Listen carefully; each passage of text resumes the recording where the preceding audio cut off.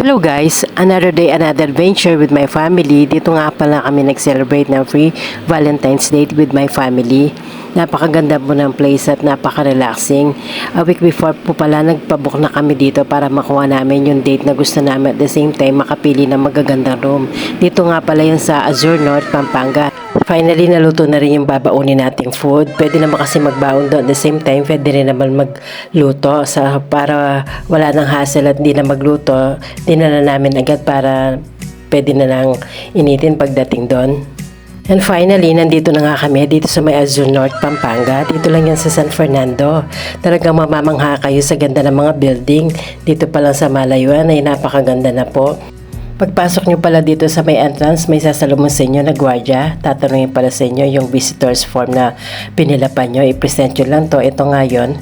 And then, pwede na kayo mag-proceed dito sa lobby para makakuha ng visitors pass. Basta magbigay lang kayo ng valid ID. And after nun, pwede na kayo mag-proceed sa unit na pinuntahan nyo. Basta i-message nyo lang yung unit na contacts nyo para ibigay yung password sa unit.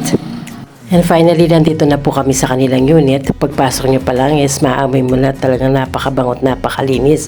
Meron nga pala sila ditong free gamit na mga utensils.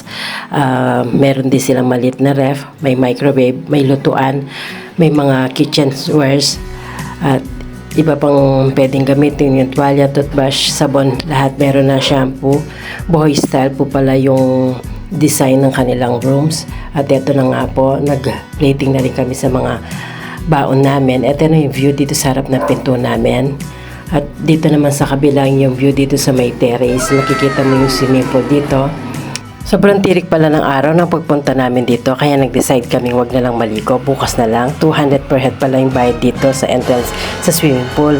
At ito naman po yung view pag gabi, nightlight, makikita mo, napakaganda po. Nanonood na Netflix habang nagko-coffee kasama ng mga bata, at kinabukasan nagluto na rin ng almusal si Habi. Pinairit na rin natin ating natirang food, at the same time nagluto rin tayo ng balot. May baong kasi tayong balot. Dito na nga pala kami kumain. Napakaganda kasi ng view dito habang kumakain, nakikwentuhan.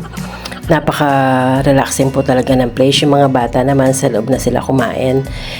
At eto na nga po, nagsusubuan pa. Akala mo, bagong kasal. Pagkatapos nga pala namin kumain, nag-iaya ng mga kids dito. Gusto na daw nilang mag-swimming. 7 to 12 nga pala yung swimming dito. Yung schedule na pili namin pag umaga. At bago kayo makapasok doon sa may swimming pool, kailangan nyo muna magpa-register at magbayad ng 200 per head. Naka-swimming attire din po pala dapat kayo. At the same time, no wristband, no entrance. So, titignan nila yung kamay nyo kung may wristband kayo. Katunayan na nagbayad kayo ng 200. At ito na nga yung view dito sa may loob.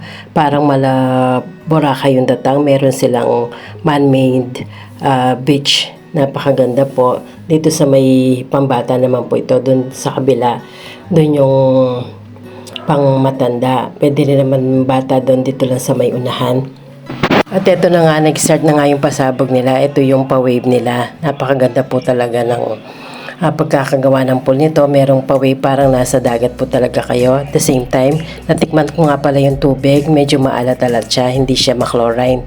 Talagang mag-enjoy po yung kids. Gustong-gusto nila. At talagang sinulat namin yung pagkakataon ng pagpunta namin dito. Sabi nga nila, sa totoong buhay, walang rewind. Kaya piliin mo maging masaya at sulitin ang mga oras na kasama mo ang mahal mo sa buhay. Napakaikli lang po ng buhay, kaya't kung kaanggat kaya natin, gawin nating makabuluhan ang ating buhay. At sa araw-araw, piliin nating maging masaya at alisin ang inggit at galit sa kapwa. Kaya nga po kaming mag-asawa, sinusulit namin mga oras na bata pa kami, malakas pa kami, habang nakakasama pa namin ang aming mga anak. Kasi pag nagsarili na silang pamilya at may sarili silang mundo, kami na lang dalawang mag-asawa ang magkasama. Talaga nag-enjoy po yung buong family sa pagpunta namin dito, at napakasaya ko at nakakreate na naman kami ng memorable moments. And after nito, nag-proceed na sa aming units para mag-BS. Check out na po kasi namin 12 o'clock, at susurrender na rin namin yung aming visitors pass. Yung visitors pass po pala, kailangan wala siyang damage. Kung may damage po, kailangan nyo po magbayad ng penalty. At dito naman po sa babays, nagbayad rin pala kami ng car park ng 350, pero pwede na naman kayo mag-park dun sa may Home Depot for free. Kaya lang po, for safety, dito na rin po kami nag-park para for safety ng aming sasakyan. Yun lang po share ko. Sana nagustuhan yung aking video. Please like, follow, and share. Thanks for watching. Have a good day.